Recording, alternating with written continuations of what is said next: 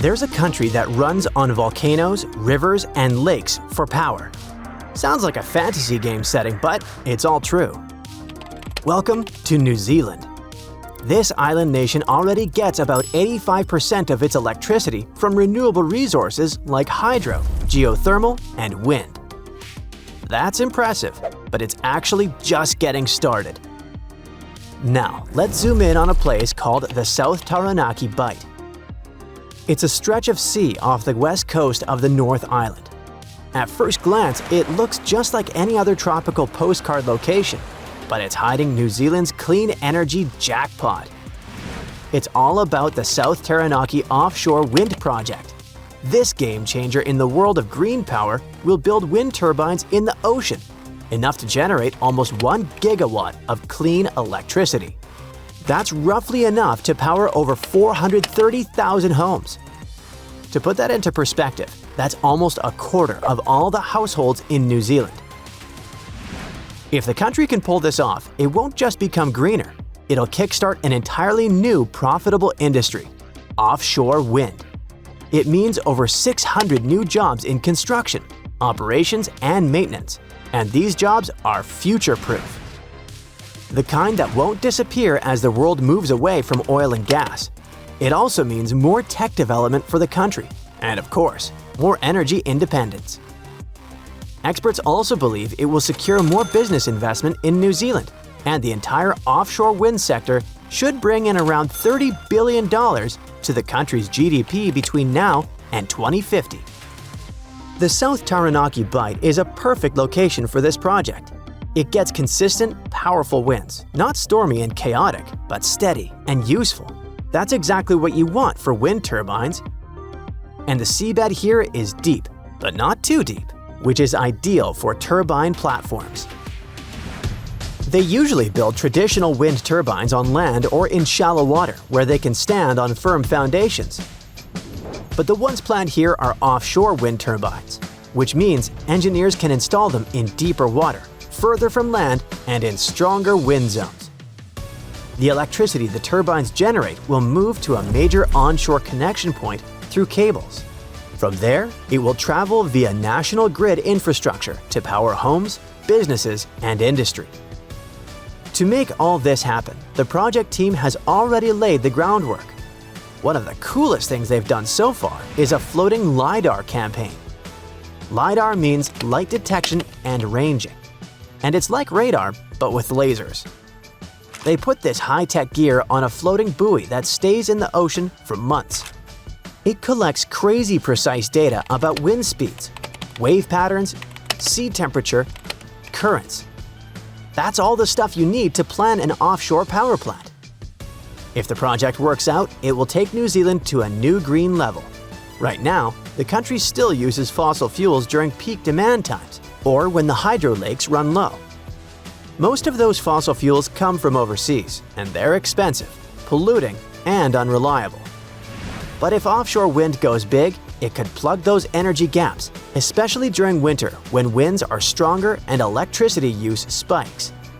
And if New Zealand produces more clean energy than it needs, it could start exporting it as green hydrogen. It's hydrogen made from water using renewable electricity, which is really healthy for our planet. The South Taranaki Offshore Wind Project, if all goes well, will be more than a local win. It'll be a blueprint, a model other regions of New Zealand could follow. There are wind-rich areas all around the country's coastline, and floating offshore technology makes them more accessible than ever.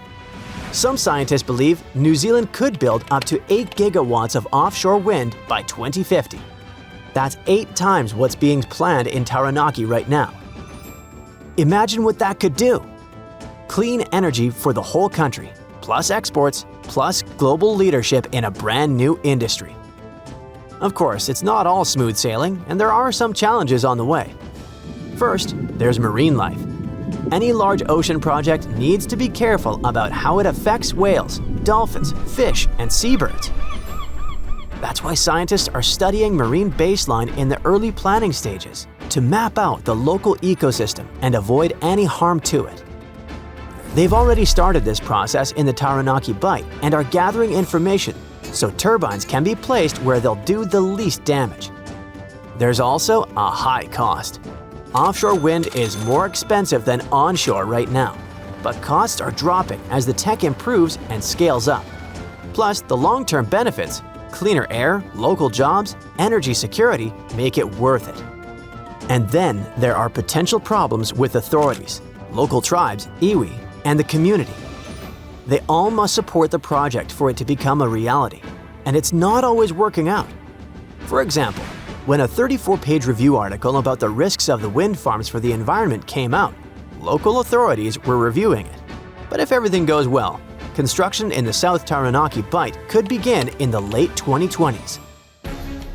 Iceland is a great example of a country where green, renewable energy works and rules. 9 out of 10 homes in this country stay warm thanks to underground geothermal heat. Thanks to its wild geology with volcanoes, hot springs, and glaciers, Iceland is packed with natural energy. It sits right on a super active part of the Earth's crust, where 2 tectonic plates meet. That's why it has so much geothermal power and hot water just bubbles up from below. Glaciers cover 11% of the country, and when they melt in the warmer months, they feed rivers that flow down from the mountains. That water's energy is turned into hydropower. Plus, Iceland also has lots of wind power potential. They just haven't tapped into it much yet. The only major thing still using fossil fuels in Iceland is transport, like cars and planes. But it wasn't always this way.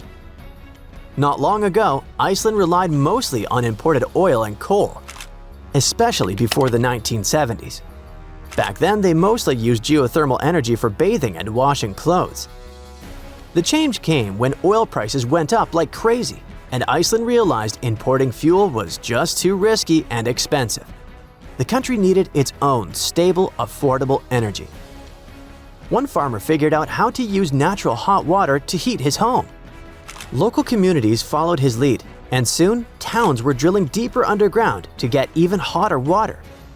That hot water then went through pipes around neighborhoods and heated entire towns. It worked so well that the authorities set up a special fund to give out loans for geothermal drilling. Others started building small hydro plants. By 1950, Iceland had over 500 tiny hydropower stations powering farms and villages. Later, the authorities stepped in again to attract big international companies. If Iceland could offer cheap green power, maybe new industries would move in, create jobs, and help grow the economy. That plan worked, and it also helped build a country-wide power grid. And it was all possible, not just because Iceland has amazing natural resources, but also thanks to teamwork of the authorities and regular citizens. A lot of countries today face the same problems. Nepal, for example, has tons of hydropower potential, but needs investment. Countries in East Africa have loads of underground geothermal energy, but not enough training or tech to use it. Iceland has been sharing what they know for decades.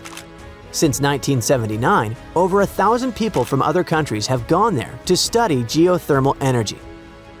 Icelandic companies have helped build geothermal systems in more than 50 countries, including the world's biggest one in China, which now heats homes for over 1 million people. And you don't even need volcanoes to use geothermal energy. New technology means you can use lower temperatures to heat and cool buildings. Paris, for example, has one of Europe's largest geothermal heating systems. Around 25% of Europeans live in places where this tech could work.